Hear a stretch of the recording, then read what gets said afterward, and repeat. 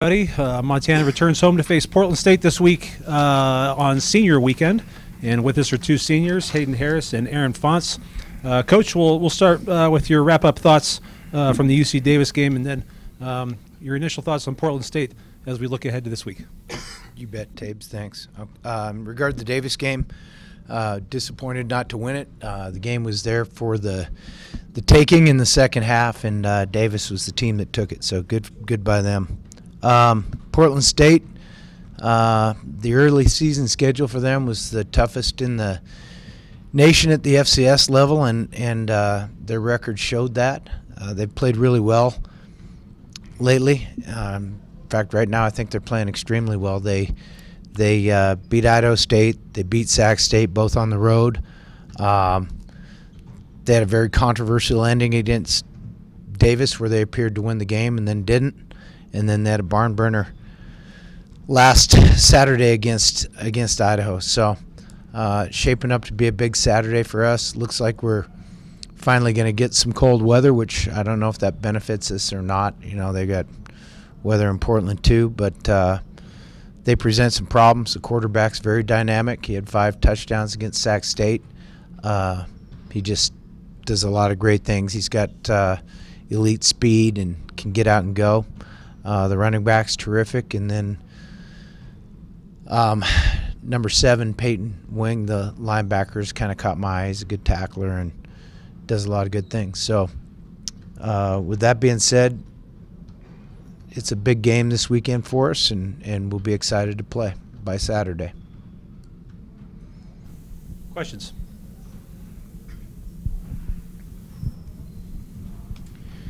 Bobby, when you watch the film back of the game, what kind of positives did you see and take away from the way your team played? Yeah, the way I approach it is there's one positive, and that's when you win, and when you don't, it's not. And so, we just don't, we care about winning and losing, and we didn't take the game on Saturday when we had a chance to. So it's not very positive. For Aaron and then Hayden, why has this team been able to bounce back from losses so well this season? Because even when we're faced with adversity, we know what to do with it. We just work hard, put our heads down, and just keep working at the end of the day. Just taking the corrections from the game, flushing the last game, and moving on to the next week has been really important for us. Bobby, just what have you thought about this group's ability to bounce back from that adversity following a couple losses earlier? Aaron said it pretty well. We train through adversity during guys' time here. Through the year, through their careers, they're placed in adverse situations. So adversity is not an issue here.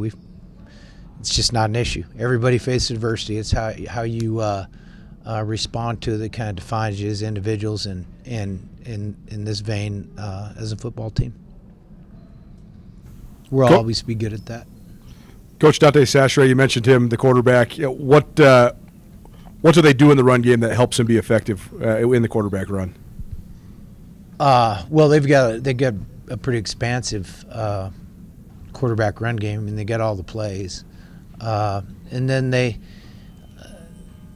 he has the ability to get the ball where it needs to be down the field too. So it's not like you can just say, hey, we just stop the quarterback run game. As I mentioned, the running back's really good as well. So they make you defend the entire gamut of run game. I was going to ask you, what did you think of him as a thrower? It seems like he can throw it pretty well. Yeah, I haven't looked at the statistics yet, or data's, I don't have it in my head right now. But watching the film, he seems to complete a pretty high percentage. Hayden, similar question, just preparing for a quarterback that runs around. I know it's a common thing in this league, but how do you go about starting to do that? Yeah, just practicing good habits, having good rush lane integrity, as well as just playing gap sound defense is really important, and making sure we watch a lot of film this week and find the little things that we can do to be successful, and having a good week of practice. Coach, when you look at Portland State's defense, just what kind of stands out about that side of the ball and why they've been able to, hang with some of the best teams in the conference on that side? Well, they changed structure mid-season, about a month ago, a little over a month ago. So I I think it was after their 5th game-ish. They changed structure. I think they've played a little better on that side of the ball. They're pressuring a little more. As Tabor mentioned, it'll be senior day this weekend. Just this senior class, what I guess 2-part question. First, like, what are senior days? What do you kind of like about them and get a chance to celebrate classes? Then part 2 is just what has this class meant to the program with 20+ seniors? Well, we love our guys around here, and they know that, and hopefully the feeling's mutual. The thing I like about it is, we get to recognize them before the game. I think that's earned, and guys that are here for their senior year are special guys, especially in this era of college football. Both the players, just speak to your time here at Montana. Aaron, we'll start with you. Obviously, here your entire career playing as a true freshman. Just speak to your time at Montana and senior day. And obviously, there's football left to be played, but just what this program has meant to you. This program has meant a lot to me. I mean, coming out of, I came here when I was 17 years old. I'm happy that I was able to, catch an eye for a team that, wins games and, makes it to playoffs every year. Just knowing that I'm on a team that, that holds, high standards for their players, and knowing that I'm on a team that is going to have I'm going to have a brotherhood at the end of the day. Once I come graduation, I know I can come back here, show love to the team, just always come back and help if I even wanted to. So just knowing that I could do that with this team is just, it means a lot to me. And same for you, Hayden, obviously coming here from a different school and fitting in right away. Just what has this place meant to you as well? Yeah, I mean, this school gave me an opportunity, and I couldn't be any more blessed to have that opportunity and be around a group of guys and a group of coaches that really care about the game. The community cares a lot about the game, and it does really feel like another home to me, and I couldn't be any more grateful to be here. Coach, you talked about UC Davis doing a good job against the run game. Last couple games, maybe not as yards per carry as high as earlier on in the season. Has that been defenses, trying to stop it, or just not getting the O-line getting going as much, or what have you seen? Well, it's never one position or another that causes anything in football. It's 11 against 11. However, the last 2 games we have not run the ball well enough, and teams are doing some things that are hard on us, and it's kind of what we expect to see Portland do this weekend. And then, you've had going into seasons, playing 2 quarterbacks. At times, one guy has kind of taken the reins and you've gone with him. Other times, 2 have gone all the way to the national championship game. Did you hope going into this year that one guy would take the reins, or did you think it was going to be 2 guys throughout the whole year? The honest answer is I don't really care one way or the other.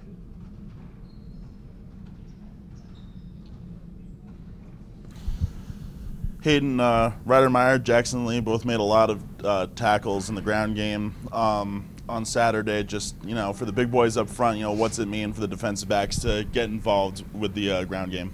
Yeah, all of our defensive backs and everyone on the defense is super physical. So having guys, who are going to come down and fill lanes and do their 111th and make important tackles is huge, and gives us a lot of confidence up front to go do our job as well. Anybody else?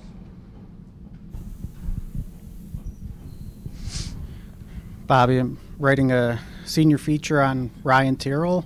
2-part question. I know he's leading the team in tackles this year, so just what could you say he's meant to this team the past couple seasons, and then what has been the experience been like for you getting to coach your nephew? Yeah, that's a good one. Thank you. Well, first, coaching my nephew's a kid I have seen grow up through his entire existence, and obviously having coached my son has a lot of similarities to that because we have a close and tight family. So Ryan's a guy I've seen from an infant till now being a senior in college. I would hope that these guys on either side of me would tell you that I love them all equally. And Ryan's done a really nice job growing from a guy who was not very worldly in football and, just had to assimilate into the college game into a guy that can be counted on by his teammates. And I think that's probably he would tell you is his greatest accomplishment. Anybody else? Thanks, everyone. Thanks, guys.